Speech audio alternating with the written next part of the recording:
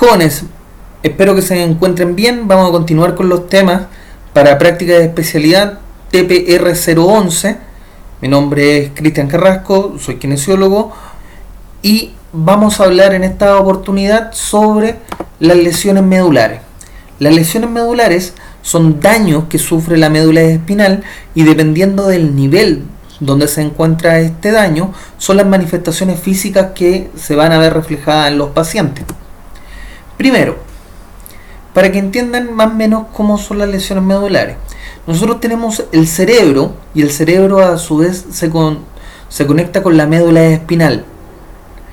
¿Ya? Esto aumenta la plasticidad y hay posibilidades de que se pueda regenerar y recuperar a nivel sensorio-motora. Esta es la parte anatomofisiológica.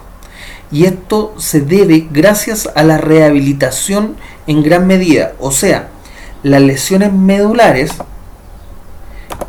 que es donde se afecta la médula espinal de este conjunto de cerebro y médula, tiene un gran porcentaje de plasticidad neural y se puede recuperar gracias a la rehabilitación. Hay que tener en cuenta que tras una lesión la rehabilitación se encargará de prevenir las complicaciones, tanto a nivel respiratorio, circulatorio, zonas de presión, mantenimiento de rango articular y fortalecimiento de musculatura total o parcialmente inervada. Cuando hablamos de musculatura inervada o denervada, nos referimos a la musculatura que en este caso está bajo el nivel de la lesión, que sería musculatura denervada, en donde los músculos no pueden realizar contracción muscular efectiva por sí solo, y musculatura parcialmente inervada es cuando existe un daño medular, pero no es un daño completo, sino que siguen pasando algunos axones neuronales y de esta manera llevando estímulos eléctricos. Las enfermedades y lesiones de la médula espinal. La lesión medular tiene etiología variable. Este punto de etiología variable quiere decir que hay muchos factores que pueden intervenir. Existen factores congénitos, como por ejemplo el mielomeningocele, factores traumáticos, que son los más comunes, típico caso de la Teletón, que muestran que el niño se tiró un piquero, cayó mal, se torció el cuello, se golpeó en la columna y queda tetrapléjico o parapléjico dependiendo del nivel de lesión. Pueden ser factores infecciosos. Una infección al líquido espinal puede desencadenar en una lesión medular, tumoral o secundario a enfermedades sistémicas. Uno que no es tan común, pero que se ve secundario a una enfermedad sistémica, es por ejemplo cuando la tuberculosis es tan agresiva en los pulmones del paciente que daña el hueso del nivel dorsal de la columna cervical, de la columna vertebral. Al dañar este hueso, lo más probable es que esa infección y ese daño se extienda hacia la médula espinal. Y ahí podemos ver una enfermedad secundaria, que la lesión medular es secundaria a esta enfermedad sistémica. Además, estas complicaciones producen disfunciones que van a ser motoras, sensitivas o autónomas. O sea, el paciente no va a poder realizar alguna actividad automática, como lo es la respiración. Nosotros no estamos pensando en cuándo tenemos que inhalar y cuándo tenemos que exhalar. Una parte motora, que no vamos a poder mover una cierta extremidad, por ejemplo, o una parte sensitiva donde no vamos a sentir ese punto en específico donde se encuentra el daño. Las consecuencias psicosociales tanto para la persona como para su familia, siendo así generadora de importantes procesos de discapacidad. La lesión medular tiene una parte psicosocial arraigada y muy grande. La persona empieza a sentirse que es un peso para la familia y la familia muchas veces no tiene la capacidad para poder afrontar tal daño, tal evento traumático, y termina sufriendo, por ejemplo, el cuidador, el síndrome de cuidador, que básicamente ningún familiar debería hacerse cargo por completo de una persona que se encuentre postrada en cama, por ejemplo, porque eso es desgastante tanto para la persona que tiene la enfermedad como para la que la está cuidando. Dentro de las lesiones medulares podemos ver la paraplegia. La paraplegia se trata de una parálisis de ambos miembros inferiores que ocurre en los segmentos dorsales, lumbares y sacros y depende del nivel de la lesión afectada. También podemos ver el tronco y extremidades inferiores y órganos pélvicos respectivamente. Esto quiere decir, una tetraplegia es cuando están los 4 miembros afectados. Una paraplegia es, por ende, una lesión lumbar más baja, una lesión medular más baja. Puede ser al final de las vértebras torácicas y ya dentro de las vértebras lumbares, que nos van a dar este tipo de lesión, en donde solo se ven afectados miembros inferiores. Las lesiones medulares pueden ocurrir en cualquier nivel del raquis y estar acompañadas de trastornos esfinterianos, o sea, control de esfínter. La persona tiene problemas ante la micción, el orinar, y la defecación. Además tiene problemas sensitivos, motores, que pueden ser parciales o completos, reflejos, como la decorticación, que son estiramientos, la espasticidad, y problemas genitales y tróficos. Cuando hablo de genitales, es como por ejemplo aquí, con una lesión en L4, en donde los genitales se van a ver afectados, y cuando hablo de trófico, es en cuanto al desarrollo muscular de esa zona en particular. Ya, entonces las lesiones medulares podemos tener la paraplegia, y dentro de los tipos de paraplegia que hay están las progresivas. Aquí nadie les va a preguntar, muchachos, cuáles son los tipos de paraplegia progresiva, pero sí me interesa que entiendan que existen tipos de paraplegia causados por meningioma, tumor intramedular, metástasis vertebral, absceso epidural, mal de Pott. El mal de Pott era lo que yo les explicaba de la TBC cuando se va hacia la vértebra, ¿no? Que sería el caso de la imagen que está aquí abajo. Angioma vertebral, poliomielitis, polirradiculoneuritis de Guillain-Barré, esclerosis en placas, mielitis postinfecciosa, polineuritis idiopática, esclerosis combinada y meningomielitis sifílica. Todas estas enfermedades me van a dar una paraplegia que va a ir aumentando con el tiempo. Por lo general, cuando son traumáticas, por ejemplo, la paraplegia se instaura y se mantiene como se instauró. En cambio, en estos casos es progresiva, lo que quiere decir que va a ir siendo cada vez más fuerte y más constante, con una mayor sintomatología. También tenemos la paraplegia aguda. Esta es la más común. Se inicia de forma repentina, se origina por un traumatismo lumbar, que es el más común, isquemia también por trombosis de la arteria espinal anterior, ateromatosis de las arterias espinales de origen aórtico, esto significa una placa de ateroma en la arteria espinal que vienen desde la aorta, aneurisma aórtico, cuando la aorta se inflama y genera un aneurisma, hernia de disco extruida en el canal raquídeo, esto es una discopatía, ya una hernia de núcleo pulposo que salió, eso es extruida y que va hacia el canal raquídeo, o sea, hacia esta zona.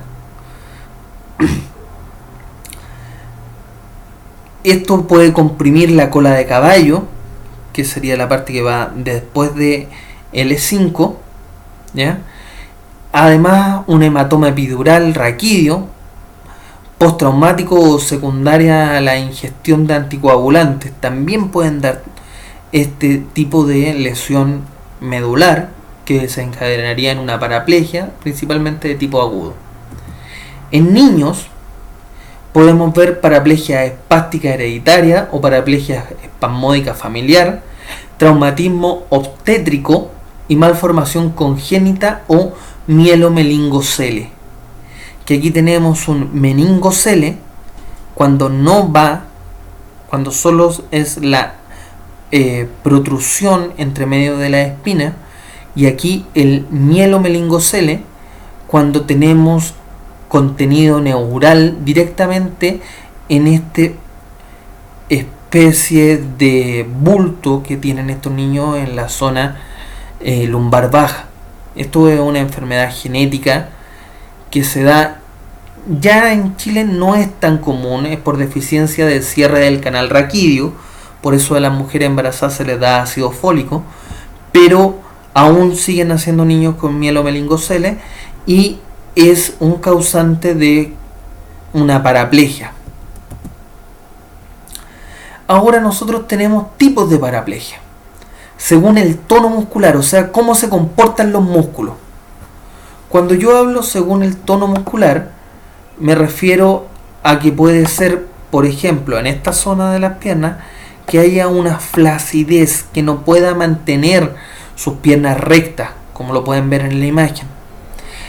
Entonces, la paraplegia flácida se trata de la ausencia total del tono muscular, tornando los músculos blandos e inertes y no posee reflejos tendinosos.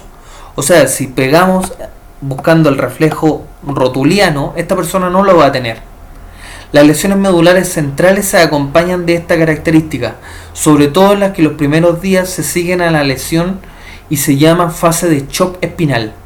Por ende, cuando hay un traumatismo, una de las primeras fases que puede tener es la del shock espinal, que sería de esta parálisis flácida. También tenemos la parálisis la paraplegia según tono muscular de tipo espasmódica. Cuando hablamos de una paraplegia espasmódica, nos referimos a esto. Si se dan cuenta, están muy tiesas las extremidades inferiores y empiezan a generar un hipertono. Ese hipertono habla principalmente de cómo esta persona va a generar espasmos musculares, que son estos como tipo de calambre, estos movimientos fasciculares, y que los músculos no van a poder moverse de manera apta. Las articulaciones se vuelven más rígidas. Se dice que las articulaciones pueden estar, en este caso, en rueda dentada o en tubo de plomo, que es como lo vamos a mover. Un tubo de plomo es con mucha dificultad en todo el rango articular, mientras que una rueda dentada es que cuesta mucho moverlo en un inicio, luego fácil movilizarlo, luego de nuevo va a costar moverlo. Eso sería en rueda dentada. Además hay reflejos tendinosos exagerados. Es el resultado de una lesión a un nivel superior al de la motoneurona periférica.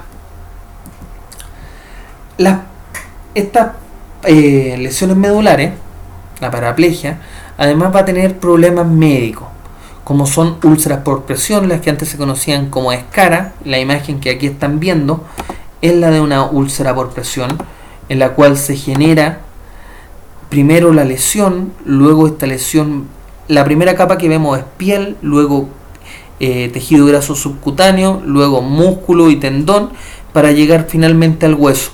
La primera lesión se produce en la piel, luego esta piel se va ulcerando, termina destruyendo toda la piel, va sobre la grasa subcutánea, luego cuando termina de destruir la grasa va hacia el músculo, tendón, dejando expuesto en muchos casos el hueso. Eso es una úlcera por presión. La espasticidad es esta rigidez que estábamos hablando, además dolores, refieren los pacientes. Tenemos también fracturas con problemas de consolidación, como no va a haber un correcto tracción muscular, se van a producir fallas de consolidación si es que hay una fractura, y por ende puede generar una pseudoartrosis, por ejemplo, además de problemas intestinales, una dismovilidad intestinal producto de la posición en cama, una hipotensión también producto de la dismovilidad, una hiperreflexia en algunos casos, muy conectada con la espasticidad, además de problemas ortopédicos como es la escoliosis, que es esta deformación en el plano frontal de la columna vertebral. Otra lesión que tenemos es la tetraplegia. En la paraplegia hablábamos de que la lesión se encontraba afectando los miembros inferiores, mientras que en la tetraplegia la lesión va a afectar a los 4 miembros. Además de eso, puede afectar a la musculatura respiratoria y musculatura cardíaca. Se trata de la parálisis de los 4 miembros como resultado de una lesión a nivel de la médula cervical. De ahí hacia abajo, puede ser incompleta, menos severo, o completa, de recuperación improbable o limitada, y que puede estar acompañada de trastornos neurodegenerativos graves. Cuando hablamos de trastornos neurodegenerativos nos referimos a que como esto está seccionado a un nivel alto, los nervios periféricos se van a ir atrofiando con el tiempo si es que no hay una correcta estimulación y una correcta movilidad. ¿Qué complicaciones puede tener la tetraplegia? Los problemas respiratorios en las lesiones altas deben a veces tratarse al comienzo con asistencia respiratoria de emergencia. Esto quiere decir que las personas que tienen tetraplegia muchas veces necesitan de un ventilador mecánico. Además existe una hiperreflexia exagerada en el sistema simpático a diversas estimulaciones como la hipertensión paroxística, cefaleas, congestión nasal, entre otros. Esto es súper importante, muchachos. Una persona con tetraplegia, la sedestación al borde de la cama, que es un procedimiento básico y natural que se da en todos los pacientes hospitalizados, hay que tener mucho, pero mucho cuidado. ¿Por qué? Porque esto puede generar que se hipotense la persona o que se hipertense, y eso puede hacer que la persona se caiga. Así que hay que estar mucho ojo con eso y tener cuidado en este caso particular. Además de eso, la lesión se produce en los segmentos cervicales de la médula espinal de C1 a C8, y este daño compromete a extremidades superiores, troncos, extremidades inferiores y órganos pélvicos.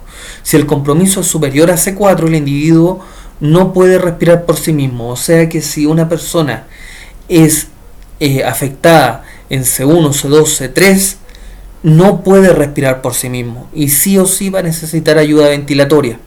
Desde C4 hacia abajo, si bien no va a tener control ni de manos ni de piernas, sí puede respirar por sí mismo. Las que también tienen problemas superior a C4 tienen trastornos deglutivos, por ende mucho cuidado con el agua. Si el paciente les pide agua, tienen que preguntarle al que lo esté tratando, principalmente al médico, enfermera, kinesiólogo, para saber si ese paciente efectivamente puede tomar agua por boca. Esto quiere decir si puede tomarse un vasito de agua, si no, con algodones húmedos se les tiene que humedecer los labios y humedecer la boca, no más que eso. Las lesiones medulares y el nivel de lesión. Para identificar el nivel de la lesión medular usualmente se toma en cuenta el número de la primera metámera dañada, donde existe un desfase anatómico justo entre esta metámera y la vértebra dañada. Niveles de las lesiones medulares y las respectivas actividades que puede realizar el paciente. ¿Qué puede hacer el paciente cuando tiene una lesión cervical inferior? Puede comer, afeitarse, en algunos casos escribir, peinarse, vestirse, desvestirse solo, cambios de posición sentado a acostado, desplazamientos de la cama a silla de ruedas, la marcha está excluida. Esto quiere decir que las personas con lesión cervical inferiores pueden hacer muchas cosas. Dentro de esa no está la marcha, jóvenes. Muchas veces intentan bipedestar y hacer caminar a todas las personas. En este caso, los que tienen lesiones medulares de un nivel cervical inferior no pueden caminar. Además de esto, lesiones altas o medias de columna dorsal, puede desplazamiento en silla de rueda, marcha limitada y pendular. Esto quiere decir que para poder hacer marcha, la lesión tiene que ser dorsal. Las cervicales no pueden realizar marcha. Y esta marcha va a ser limitada, por lo general, con ayudas técnicas y de tipo pendular. O sea, no es una marcha efectiva, ni fisiológicamente normal. Las lesiones dorsales bajas y lumbares bajas marcha solo con aparatos más o menos complejos. Esto quiere decir que las lesiones dorsales bajas y lumbares bajas, cuando no es completa, la persona puede hacer un tipo de marcha en la cual va a necesitar sí alguna ayuda técnica. Pueden ser bastones canadienses, órtesis, un bitutor en miembro inferior, y para eso es de vital importancia que la rehabilitación sea en función de lograr esta marcha, más que nada como una meta para el paciente. Aquí es donde vemos la parte psicosocial súper latente, ya que el paciente va a necesitar tener un logro en su rehabilitación para poder seguir con ella. tiene que ser un logro que pueda alcanzar y tiene que ser un logro que para él sea significativo. Muchas veces la marcha cumple ese rol, más que un rol funcional, es un rol psicosocial muy importante. En esta imagen podemos observar los niveles de lesión. Las lesiones medulares, entonces, por ejemplo, si tenemos una lesión en C4, esta puede dar cuadriplegia, tetraplegia, parálisis completa por debajo del cuello. La lesión en C5 da una parálisis parcial de los brazos y piernas, además de parálisis en la parte baja del cuerpo.